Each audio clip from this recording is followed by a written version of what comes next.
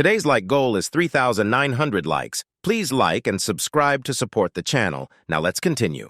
Then we see Seo-jun holding his new weapon in his hand and staring at it happily. Theo is also very happy to see the new weapon. After that, the system notifies Seo-jun that the name of this weapon is Great Warrior Wuka's Throwing Hatchet, and it is a legendary weapon. This hatchet was made by Great Dwarf Warrior Wukas for 100 years without eating, drinking, peeing, pooping, and continuously hammering it. Only those above level 20, strength 15, and mana 15 can use it. And when Seo-jun throws it away, no matter how far it goes, Seo-jun can return it with his will like Thor's hammer. Seeing this, Seo-jun is very happy. He couldn't believe that such a dangerous, legendary weapon is in his hands. But now was not the time to get lost in thoughts. Seo-jun hears the cry of Black Warrior Rabbit. Seo-jun turns around and sees that a huge, corrupted tree is holding Black Warrior Rabbit, and he was about to kill it by jacking it. Seo-jun doesn't waste a single second. He throws the hatchet with full force. Seo-jun's force was so strong that the small, corrupted trees were pushed aside by his force,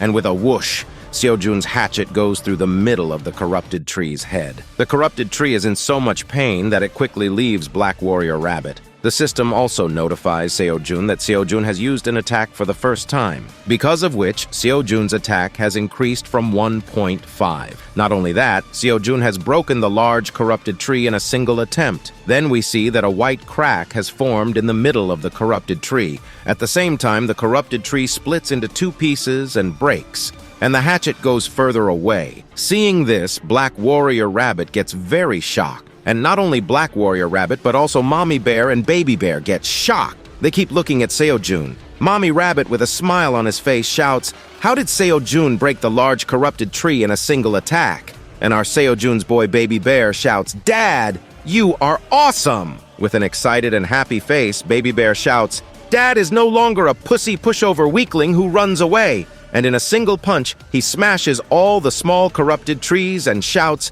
"Dad, you are so cool, I am so happy for you!"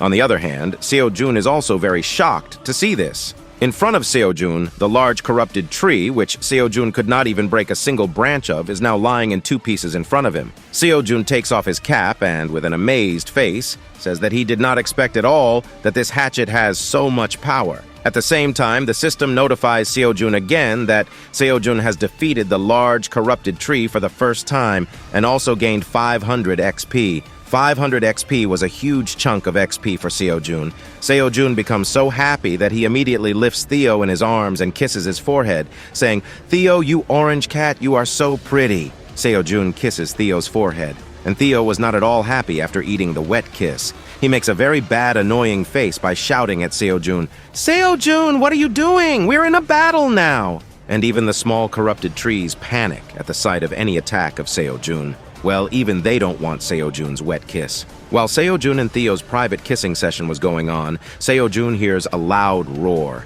A huge corrupted tree was behind Seo-jun. It was staring at Seo-jun. But now Seo-jun is not a coward anymore. He moves forward with his right hand and calls his hatchet. As soon as Seo-jun calls his hatchet, the hatchet shakes a little, and immediately, in a second, it starts to fly towards Seo-jun. With a whoosh and incredible speed, it returns to Seo-jun's hand, but on its way, the hatchet cuts the huge corrupted tree in half. Seo-jun holds Theo in his left hand and his hatchet in his right hand. And again in front of his eyes, another huge corrupted tree was cut into two pieces, which was done by Seo-jun. Seeing this, Seo-jun and Theo give each other a big smile. Hundreds of huge corrupted trees were standing in front of Seo-jun. But Seo-jun, with a confident smile, shouted, "Now I will show you the power of a tower farmer!" And with that, Seo-jun, still with a confident smile, dashes towards the corrupted huge trees. Theo also took his claws out, saying he will help too. On the other hand, corrupted trees are also scared of Seo-jun and Theo.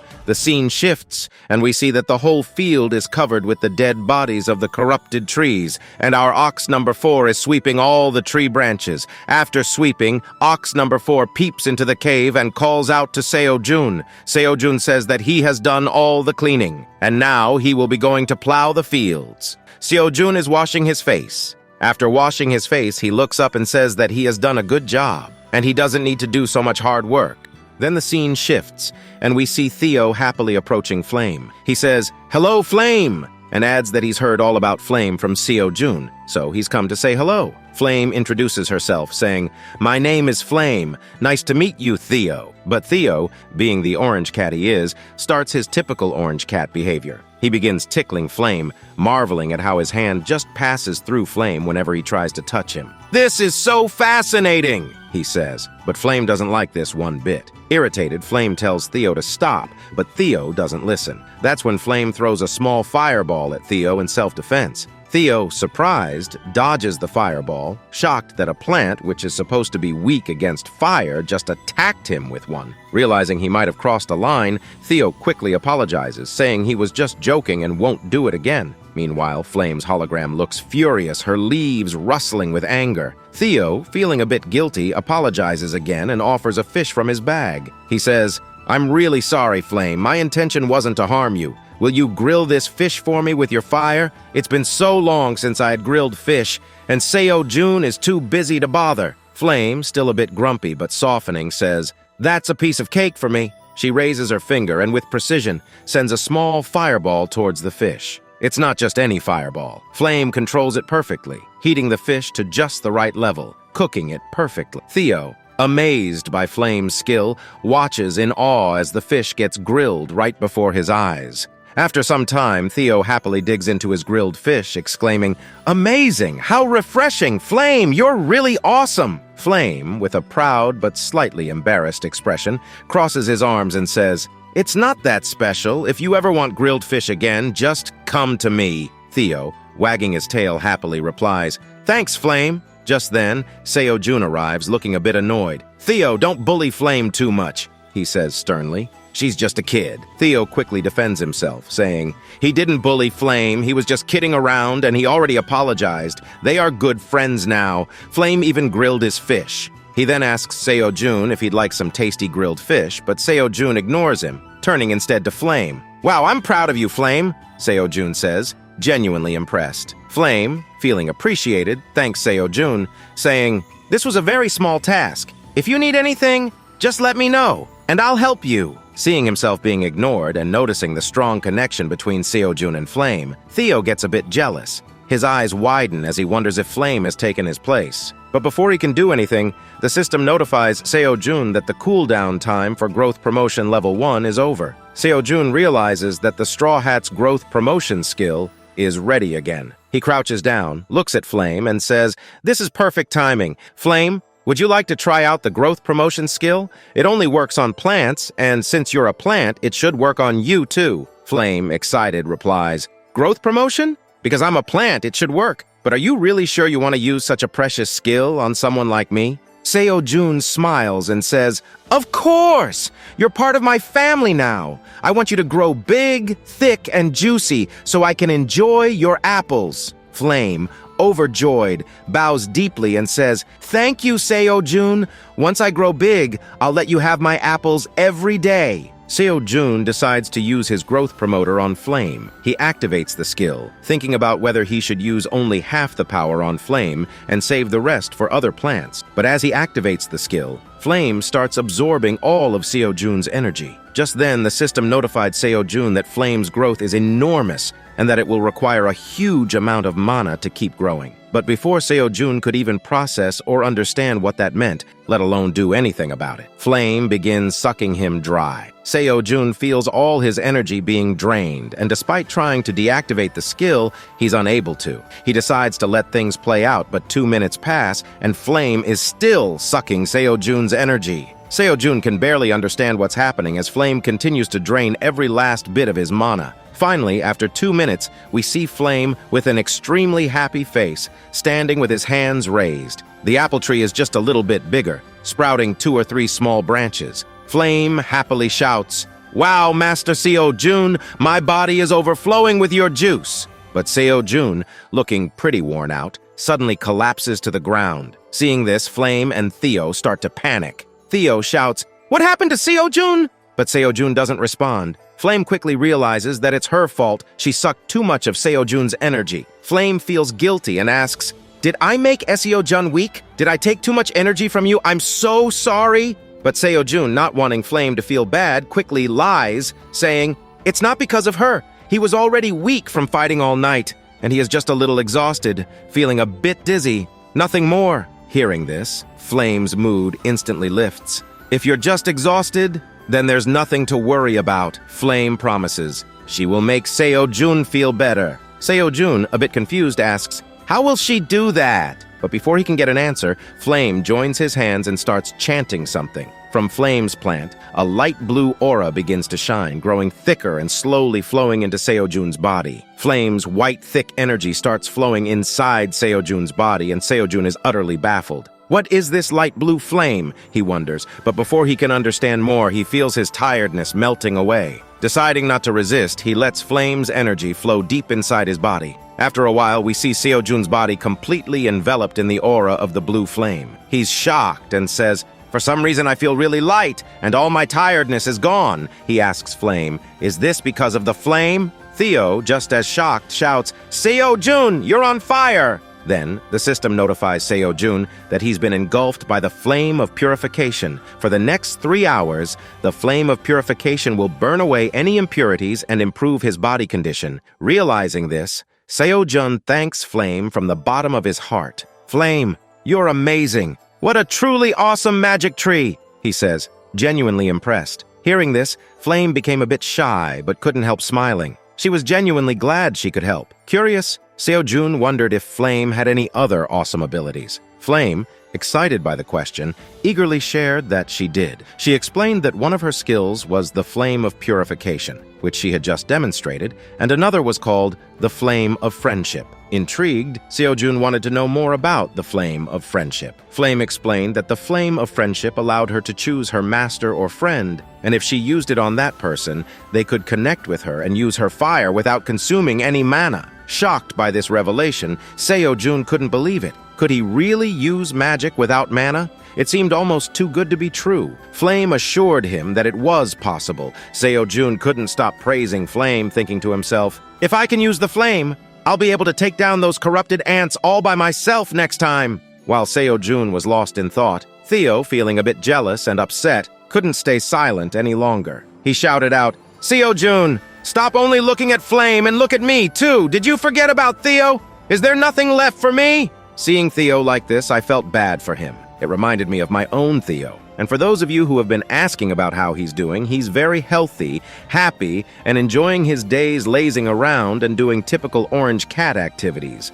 But now, let's get back to the story. Feeling neglected, Theo shouts, "I've got important news, too. I met a human named Taijun, and he knows you're not on the 40th floor. He wants to find you and meet you." Seo-jun, deep in thought, initially doesn't pay much attention, but when the realization hits him, he's shocked and screams, "What did you just say?"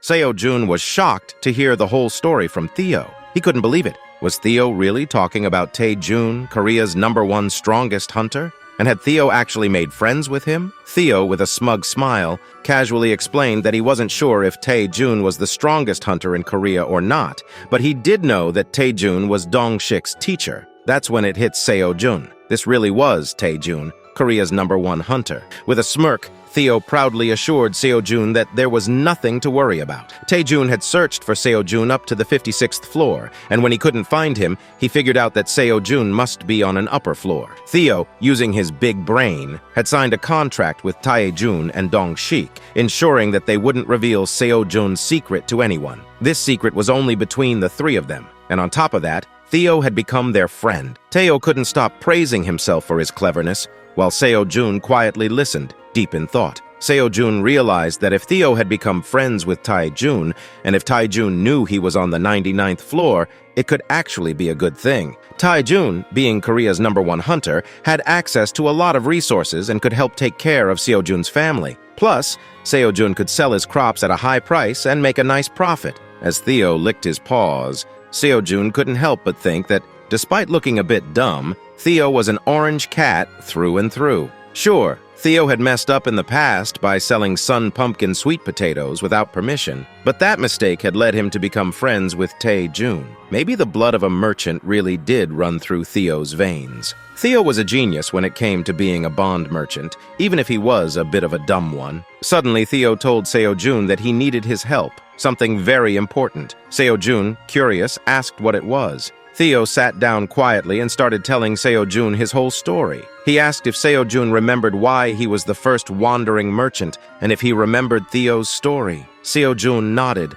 recalling how Theo's girlfriend had betrayed him because of a black cat named Oren. After that, they all knew how Theo had met Seo-jun and ended up here. Out of nowhere, Theo started screaming, his voice full of fury. He was angry. He shouted that today, while he was out shopping for Seo-jun, he had run into the same black cat, Oren. Now, Oren had become a wandering merchant just like Theo. But that wasn't all. Just like how Scarum had scammed Theo in the beginning by selling him useless tools, Scarum had done the same to Oren, selling him junk. Theo, trying to be the good cat, had tried to warn Oren that Scarum had scammed him, but instead of listening, Oren had screamed at Theo, calling him dumb. This had made Theo even angrier. Theo explained how Oren thought he had valuable items and had come to the 99th floor to sell them, just like Theo had once believed. And now, Scarum was on his way to the 99th floor, planning to sell those worthless items at 10 times the price to the Ox King. Hearing all this, Seo-jun was a bit shocked and surprised. Then Theo climbed onto Seo-jun's stomach, scratching him with his paws, and with an innocent face, begged Seo-jun to help him teach Oren a lesson. He wanted Seo-jun to help put Scarum in his place. Seo-jun, trying to clear his throat, realized he couldn't resist Theo's charm. If Theo was asking for help like this, how could he say no? With a smirking, evil smile, Seo-jun thought it would be fun to meet this Oren guy. It would be fun to teach him a lesson. Then the scene shifted, and we saw Oren trudging through the barren lands of the 99th floor with his 2 lackeys. It was scorching hot, and they had been walking for what seemed like forever. Their footsteps were visible in the dusty ground behind them. Wiping his sweat, Oren complained, wondering what had happened to the 99th floor. Why was there no greenery? Why was it so deserted? But his lackeys were too exhausted to respond. One of them could only manage to mutter a single word, "Water!" But Oren wasn't listening. Instead, he turned to his lackey and grumbled about being hungry, asking if they had anything to eat. Annoyed, the lackey snapped back, reminding Oren that they had spent all their money registering as wandering merchants and buying supplies. But because of Oren's foolishness, they had wasted the rest of their money on alcohol and other useless things, leaving them without proper provisions for the journey. Hearing this, the second lackey collapsed to the ground, as if he had given up on life entirely. His body shook as he started crying, his voice trembling as he wailed, "We're all gonna die here! Starving!" Hearing this, Oren got annoyed and snapped, "Stop crying like a little kid! Don't you have enough faith in me to know I won't let you girls die out here?" But deep down, he knew the truth. 110% of them were gonna die here without food and water if no one helped them. Oren called over his first lackey and demanded, "How long will it take us to reach the Ox King? Water and food aren't a big deal, right? We're gonna sell rare materials to the Ox King, and once we get there, we'll have all the food and water we need. The Ox King's gonna treat us like royalty." But as he waited for an answer, doubt started creeping in. His second lackey pulled out a map, and after studying it for a while, she nervously reported, "It's gonna take at least 2-3 days to reach the Ox King." Hearing this, Oren flipped out. "Are you crazy? 2-3 days? Can you even read a map properly?" he shouted, anger rising. The second lackey, already scared, shrunk like a ball and began to wail, "We're all gonna die! We're all gonna die!" Panic set in, and suddenly a strange noise came from behind them. Oren and his lackeys turned around in surprise. What did they see? 2 rabbits coming toward them, Chubby Rabbit and Chubby Rabbit Jr. Chubby Rabbit was pulling a trolley loaded with water bottles, and Chubby Rabbit Jr. had even more water bottles strapped to his back. Seeing this, Oren's mood did a complete 180. He ran toward Chubby Rabbit Jr., shouting, "I can't believe it! A wandering merchant selling water in such a tough spot!" Desperation dripped from his voice as he asked for some water bottles, asking, "What's the price?" Chubby Rabbit, with a kind smile, held up a bottle and replied, "Not much, just 0.5 tower coin." Oren's jaw dropped, and he shouted, "Are you mad? That's crazy expensive! Water on the lower floors is free, and you're charging 0.5 tower coin up here?" Chubby Rabbit calmly explained, "It's extremely hard to find water on the 99th floor. You wouldn't have seen a single drop on the ground. No lakes, no springs, nothing. All the plants have died here. This water is 0.5 tower coin, which is cheap considering the situation. Now, Oren, it's your choice. Buy the water for 0.5 tower coin or end up as a skeleton like those bones behind you." Oren's anger turned to unease. He didn't know what to do. He tried to plead with Chubby Rabbit, asking for the water for free, promising that once he sold the rare materials to the Ox King, he'd pay him back with plenty of money. Hearing the name Ox King, Chubby Rabbit's eyes twinkled, and he asked, "So, Oren, you're the wandering merchant who brings rare goods for the Ox King, and you're a close friend of his?" Oren, caught off guard but desperate, lied, saying yes. He held up his merchant badge and claimed that he was on his way to sell a precious item to the Ox King. Chubby Rabbit's smile grew wider, and he started acting like a pro-level actor. "Oh, if I'd known you were a wandering merchant heading to the Ox King, I would have given you a different deal." Oren thought his work was done. He'd get the water for free. But instead, Chubby Rabbit suddenly pulled out a piece of paper and shoved it in Oren's face. Confused, Oren asked, "What's this?" Chubby Rabbit, still smirking, explained,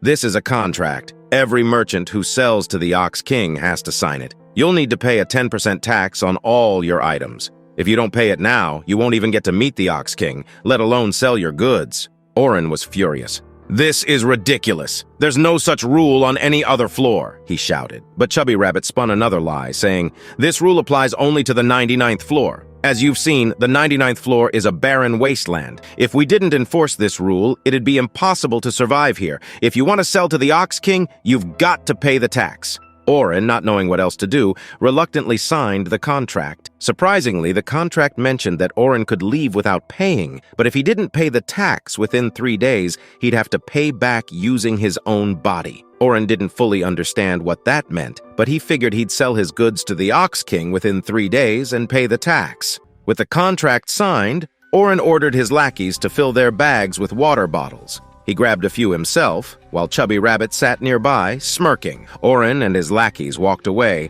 trying to look cool, with Oren raising his hand and confidently telling them they'd be back in 3 days to return all the money. Chubby Rabbit, with a mischievous grin, wished them luck, saying, "I hope you become rich." The scene shifted, and a day had passed. Oren and his lackeys were still trudging through the desolate lands. Empty water bottles littered the ground behind them. Oren picked up his last water bottle, while his lackeys, exhausted, complained, "We've been drinking only water for the last 2 days. We're so hungry we might have to eat mud." But Oren ignored them, focused on his dwindling water supply. When his water ran out, he turned to his lackey and demanded, "Give me your water bottle." His lackey refused, saying, "This is the last one. You've already drunk all your water. Do you want to take mine too?" Oren's temper flared, and he snatched the bottle, shouting, "I'm the boss and you're my servant, so do as I say!" Lackey number 2 started crying, thinking about how he had saved that water with great effort and had only drunk half of it.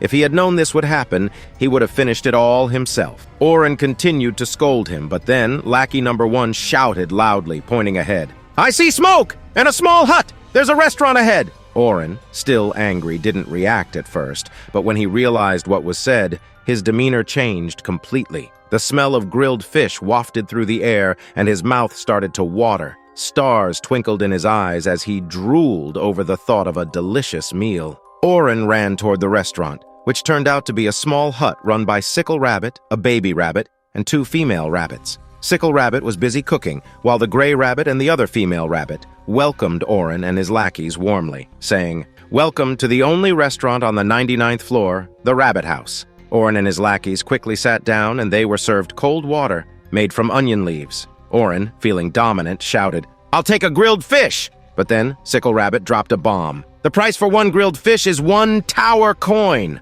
Oren was shocked. "1 tower coin? Are you crazy? That's way too expensive!" he shouted, thinking they were trying to scam him. Sickle Rabbit calmly explained that there was no water or lake on the 99th floor, so it was impossible to get fish here. They had to bring the fish from far below, and the cost of transporting it was so high that 1 tower coin was actually cheap. Oren remembered the strange contract he had signed to get water and how it stated that he had to pay within 3 days or he'd pay with his body. He figured he'd sell his goods and earn 10 times the money, so after 3 days, he'd have enough to pay the fish seller. He pulled out the contract and asked, "Can I sign this contract and eat fish here?" Sickle Rabbit, with a smirk, agreed. Oren and his team cheered in happiness as they quickly signed the contract and ordered 10 grilled fish. His lackeys ordered 5 each. Sickle Rabbit immediately started grilling the fish on a hot stone, and they all watched in eager anticipation, their mouths watering as they waited for the delicious grilled fish.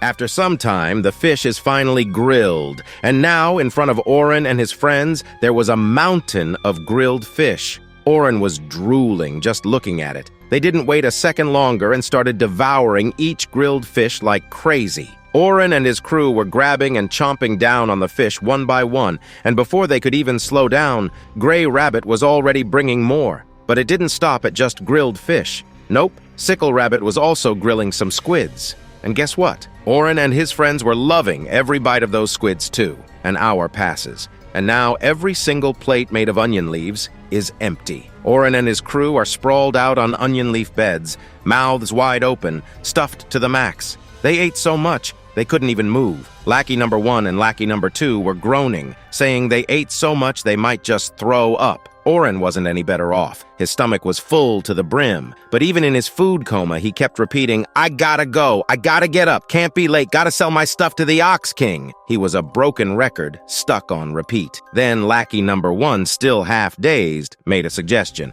"Hey, why don't we take a 5-minute break? Just 5 minutes, then we'll be good as new, right? Get some energy back, and then we can go do business with a fresh mind." Oren, in his sleepy, stuffed state, agreed. "Yeah, 5 minutes. We'll sleep for 5 and then wake up," he mumbled. And just like that, they all closed their eyes and knocked out cold. Snoring filled the air within seconds. Sickle Rabbit and his new wife, Gray Rabbit, stood hand in hand watching the scene. They exchanged knowing looks, and with a smirk, Sickle Rabbit leaned in and whispered, "Good luck, have sweet dreams. We'll meet again very soon." With that, he left, leaving Oren and his crew to their food-induced slumber. The scene shifts, and we see another day has passed. Oren and his lackeys slept through an entire day. The sun's rays are so strong they hit Oren's eyes, and he complains, "Who turned on the light and left it on? I can't even sleep!" Oren groggily opens his eyes and stands up, only to notice that Lackey number 1 is terrified. He's shivering and staring at the sky. With a trembling voice, he tries to wake up Oren, saying they're in big trouble. Oren, still half asleep, blinks a few times, but the moment he fully opens his eyes, he gets shocked and starts screaming loudly, because right in front of him stands Ox number 4. Oren screams, but Ox number 4 doesn't flinch. Instead, Oren realizes they're surrounded, minotaurs everywhere. Oren and his lackeys look like small ants next to these massive creatures, and they start shivering with fear. Ox number 4, in a thunderous voice, asks Oren, "Are you the merchants who came to meet Ox number 4? Oren is so scared that he starts crying and shivering, desperately showing his badge. "This is my merchant badge. Don't kill us. Don't eat us. I'm black. I won't even taste good." Lackey number 4 and the others show their badges too, pleading, "We're wandering merchants here to sell precious goods to the Ox." They're so scared that they're practically on the verge of wetting themselves. Ox number 4 gets up and in a loud voice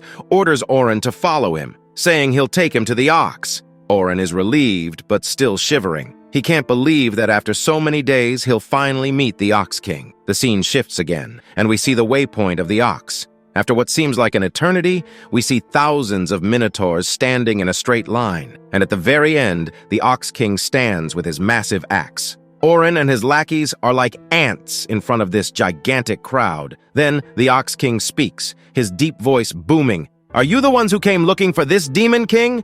His voice is so powerful that Lackey number 1 and Lackey number 2 nearly faint on the spot. Oren just stands there, shivering again, and introduces himself. "My name is Oren. I've brought a rare and precious item that the Ox King will 100% like." After hearing this, the Ox King responds, "Whether this item is rare and precious or useful, the Ox King will decide after seeing it. But the Ox King will not check the item himself. An expert will." Then we see the Ox King give a signal, and someone approaches from behind. The Ox King, in a polite and respectful tone, says he is glad that the Black Dragon came to help him because of his words. Hearing the name Black Dragon, Oren and his lackeys are confused. But then we see Seo-jun standing confidently next to the Ox King, wearing his straw hat and a smug smile. Oren and his lackeys stare in disbelief, and just like that, the episode ends here.